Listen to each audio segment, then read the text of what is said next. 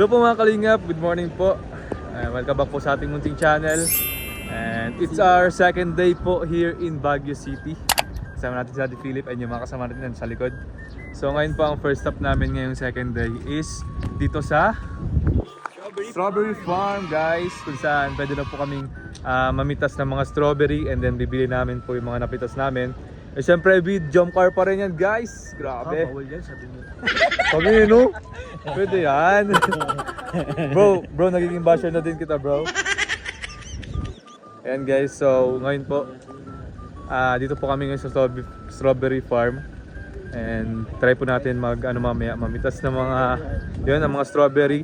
And then marami din daw po dito mga bilihan ng mga souvenirs, ng mga pwedeng pasalubong, ng mga goods na galing dito na pwede natin pasalubong sa ating family guys. So ngayon po, hindi po alam ano po yata ngayon natin. Mamimitas muna, mapupunta muna tayo sa Strawberry Farm. Yun po ang pinakaunang gagawin natin dito. Hindi ko nga din alam eh. Si Tita Love Bros, alam yata. Mamimitas po. Mamimitas si Carla. Di ba mamimitas tayo ng strawberry? Oo. Tapos, pagkapitas natin, bibili natin. Oo. Tapos babayaran natin. Natin. Kung ano yung binayaran natin, kung ano yung pinitos natin, yun yung babayaran natin. Pero maisip ko, tumagal pa kaya yun na hindi kaya mabulok. Kasi syempre, babiyahe pa tayo pa Manila, tapos babiyahe pa tayo pa Daet. Hindi na. Ano na yun, kailangan mo ng kainin. Kasi ang strawberry kasi mabilis siyang matunaw. Oo, katulad nung binili natin nung nakaraan, di ba? Sa grocery. O sa grocery lang. Ayun guys, at ito po yung famous na strawberry dito guys, yung malaking strawberry na nandito. So pakita natin dito. Yun po. Ayun guys, yung malaking strawberry. And then andito po yung Strawberry Farm na mamaya po yung mamitos tayo dito. So ayan ayan, dami pong strawberry plantation dito. And then ganun. Hindi lang pala siya, strawberry lang siya lahat. Hindi lang pala siya, parang hindi lang siya bro strawberry. Kasi parang halo-halo na may mga petchay. Di ba yung halo-halong gulay, may mga lettuce. Ano na siya, Petchay Farm. Petchay farm, vegetable farm or fruit farm. Ganun. Grabe ilang kaya to, hektarya kaya to, no? Tapos ito meron dito guys mga bilihan po ng mga pasalubong. Yung mga sikat nila dito na ube jam, strawberry jam, ay yung mga pwede nating bilhin pasalubong. So bibili po tayo mamaya mga kalingap. Ito ang strawberry plantation dito. Strawberry farm. Yun Umiilag siya Shoutout! Ayan po yung mga titas natin na kasama. Si Mamo, yan. Mga tita ko, sila Tita Connie. Tita Jaya syempre. Yan, si Tita Telma. Ayun po. Hello po. And guys, and syempre jumper po. Nag-vlog po si Carla guys. Ayan. And pasensya na po sa mga nag-aabang po ng ating mga updates, mga vlogs po. Kasi pinapauna po natin maka-upload po yung Kalingap Tahanan. So ayun. And si Papa Joms din po may mga vlog. Papaunahin po natin mag-upload. Naka-upload naman na po tayo ng isang vlog. Pero hintay lang po na muna natin sila maka-upload guys. Ayun Let's go. Ayun, daming bilihan dito. Bibili kayo bro? Sila, bro. Parang gusto ko bumili nga. Bili tayo bro? Ito yung mga strawberry. Guys, may nakakilala naman po si Job Gardon. Nagpapapicture po. So yun po. Ngayon po mga kalingap, andito kami ngayon sa Strawberry Farm. Dito na po mismo sa farm. Pero unfortunately po, off-season po daw ng strawberry ngayon. Kaya hindi po kami makakapagpitas po ng mga strawberries. Pero pwede naman daw pong tingin-tingin dito sa farm. So hindi lang po pala strawberry ang nandito. Halo-halo po. May mga gulay, may lettuce, may ayan guys, ito yung mga strawberry po. Yan, may mga lettuce dito. And madami pa po siguro dito mga varieties ng mga I think gulay or prutas. Pero Yeah, sayang lang po kasi off-season po ngayon ng strawberry farm. And yung mga strawberries po ay hindi pa po masyadong malalaki. Katulad niyan. Yung may mga maliit naman po siya pero ano po, hindi po siya advisable na pitasin. So sayang po kasi maling season po na pagpunta natin dito. Pero ganun pa man, maganda naman po yung maganda naman po dito yung view. Ayan. Pakita natin guys yung view. Yan, napakaganda naman po. Pero may mangilan-ngilan naman pong mga strawberries pa rin. At yan, pero karamihan po wala pang mga ano. Hindi pa siya advisable na pitasin. Ayan. Off-season na. Okay. Pero meron dito mga strawberries pa rin, no? Talagang ano na siya ngayon, maliliit na yung mga natira.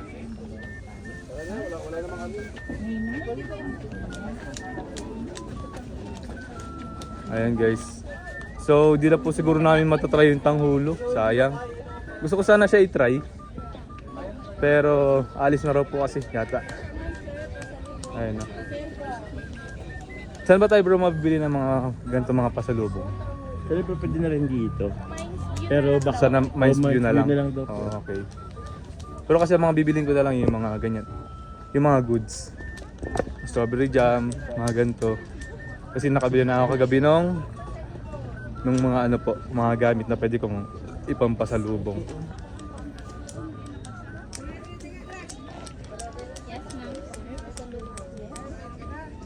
Compare guys.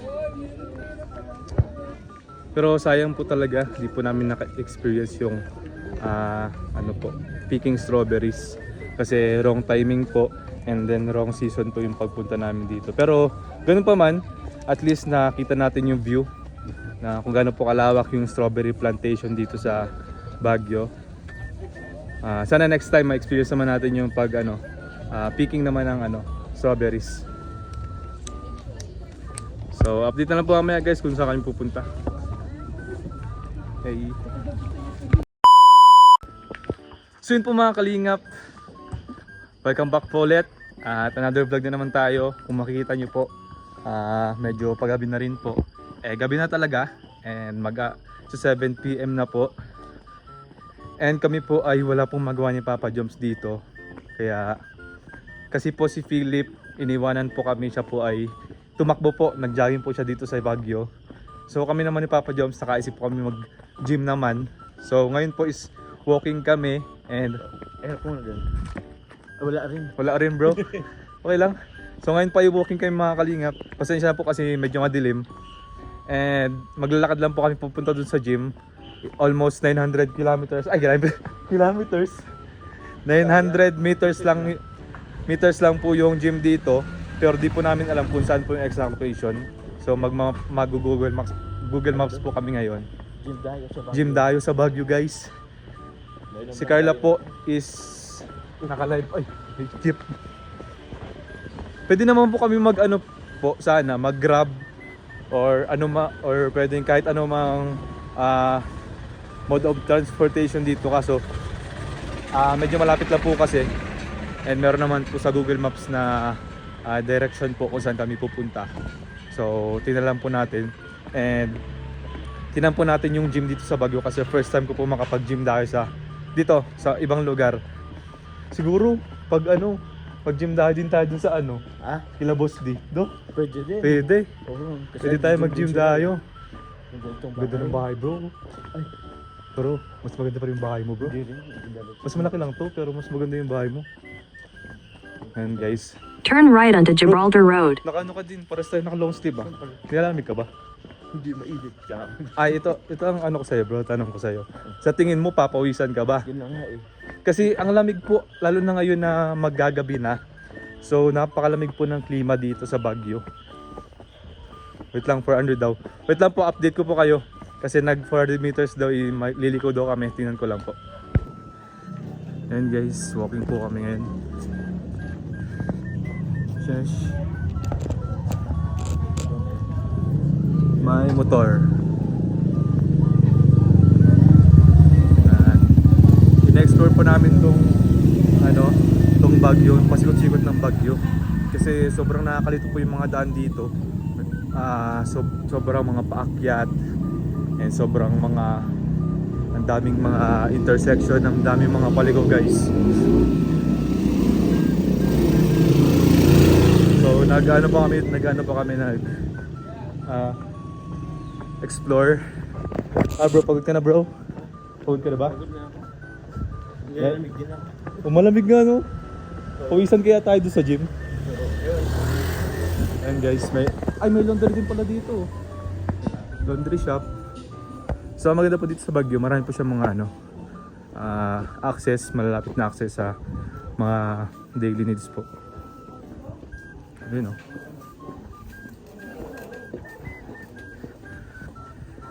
Katulad po kanina, nagpa-laundry po kami. And yung laundry po is nadaanan lang po, along the way lang po pag kami po ay gagala or lalayas. So update ko po kayo guys pagkarating namin sa gym. Ngayon pa may laundry pa. Ano bro? May nadaan po sa aming barbecue pero tapos may sinabi si Papa Diyos. Ano bro sabi mo? Hindi ko, parang masarap mag-barbecue. Parang gusto mo lang mag-barbecue, ayaw mo na mag-gym. Mag-gym pa rin. Mag-gym pa rin. Hindi mo kasi ako. Tingnan po guys oh. Packet yan. Tapos bigla ka na ano. Ayun guys, packet pa po ito. So konting lakad pa. Guys, sobrang mamamatay na kami sa sobrang pagod. Pero ganda po ng view dito. Pakita ko po sa inyo. Ayan. Wow! Ayun guys, yung city lights oh. May Ferris wheel pa dun. Saan yun? Banda. Skyrange yan, bro. Skyrange ba yun? Oo, lapit siya SM. SM yan eh.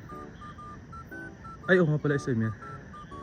Pero legit po yung pagod guys. Legit, like legit. Bro, konti pa. Konti pang lakad. Konti pa. Lalito na akong hininga. 300 meters. Let's go. Pagod yarn. Ano bro? Ha? Taxi time mo ba? Pwede tayo maglakad? Oo. Magbabalik. Ayun guys. Malapit na po. Malapit na po kami mawala ng hininga guys. Grabe yung mga daan dito guys. At hindi po naman nakalain na pero siguro kung ano lang, pero siguro bro kung ang daan is straight lang and walang pa ahon, walang pa ano, siguro malapit na talaga no. Yun talaga nagpahirap sa amin eh. Your destination is on the left. Ay ito bro. May gym guys. Ito ba yun? Ayan gym guys. Medyo maliit na siya pero goods din. Grabe oh.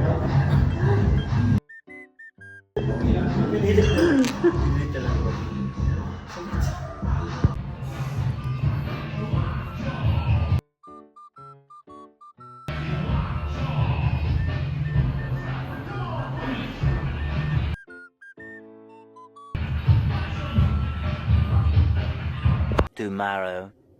So yun po guys, good morning po.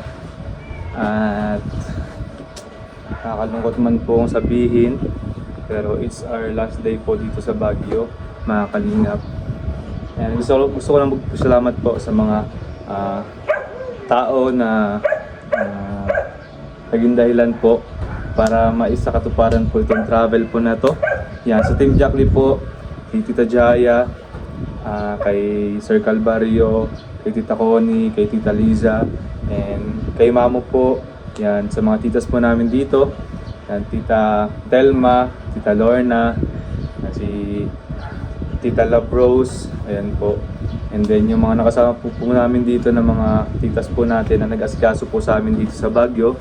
And syempre sa amin pong tinuluyan po dito, ang Balay Montañosa. Yan, thank you so much po sa very comfortable na accommodation. So ano ba? So ngayon po mga kalingap is preparing na lang po kami dun sa mga gamit. Naghintay po kami ng oras bago po kami umalis. And yun, thank you so much po sa inyong lahat, sa mga sumama po sa amin dito, sa mga fans po ng Kalingap na nakilala sa amin dito sa Baguio. So thank you so much po sa inyong lahat. At God bless you all po. And sana po soon makabalik po ulit kami dito. Yan, napakaganda po ng lugar na Baguio. And syempre, especially yung klima ng Baguio, napakaganda po. So thank you so much po guys. Hanggang sa muli, bye-bye po. Ingat po tayong lahat. Bye-bye. And syempre po, di ko makakalimutan, Jump Car 23 Solid Group. Thank you so much po sa inyo lahat, sa mga bumubuo ng Jump Car 23. From the first day and hanggang ngayon po na pag-suporto nyo sa amin is napakalaking tulong po and nakaka-overwhelm masyado. So thank you so much po. Ingat po sa amin. Bahay na kami pupuntang Manila. So see you po sa vlog natin sa Manila. Mag-vlog po tayo. Pagkita natin kila Boss D and kila Ate Jenny. So tara guys. Sama natin si Philip dito guys. Grabe, magla-live na. Hindi bro, ano yan bro? Outro lang. Outro lang pala yan. Nakakalungkot bro kasi last day na natin dito. Kaya nga, gusto ko na dito magpaiwan. Kung pwede lang yung klima dito, daling ko sa diet eh. Oo nga eh. Kasi Para makatipid na sa oo kuryente. nga, di ba? So yun guys, si Papa Diyos po nag-asikaso pa and sila Carla nasa loob naman po. So ngayon po mag-drone kami. So thank you guys. Thank you for watching. Bye bye. So yun po guys. Dito po kami sa SM. So atin sila guys. Hey. At si Tita Jaya po kasi is uwi po ng Ilocos sa kanila.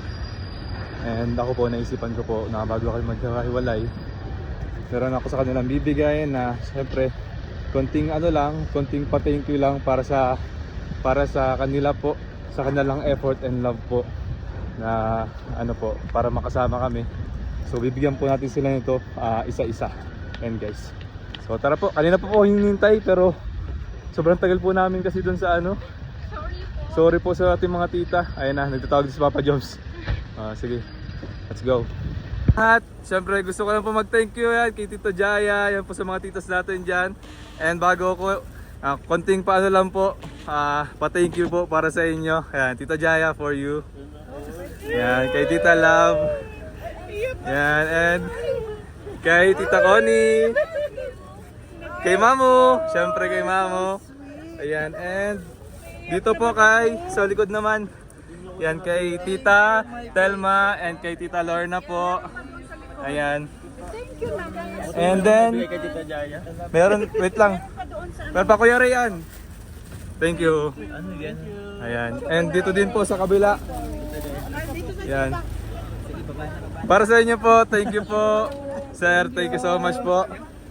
And syempre, sir, para sa iyo po. Thank you. Thank you po mga titas. So pagmamahal. Ayun. Thank you po mga titas. Thank you Tita Love, Tita Jaya. Until next time ulit. Yan, picture tayo, picture. Tita, picture tayo. 1, 2, 3. Okay, thank you Tita. Presa mo yan sa akin. Apo, sige po Tita. Nahag ko na yan. Ayan guys, nakakalungkot man po pero ganito talaga. Pero ang mahalaga po ay lahat po kami nag-enjoy sa trip na to. Thank you so much po ulit Jump Car 23, Team Jack Lee, Tita Jaya, Tita Connie, Sir Calvario, and kay Tita Liza, and kay Mamo po sa mga titas natin. So thank you guys, see you soon, bye bye.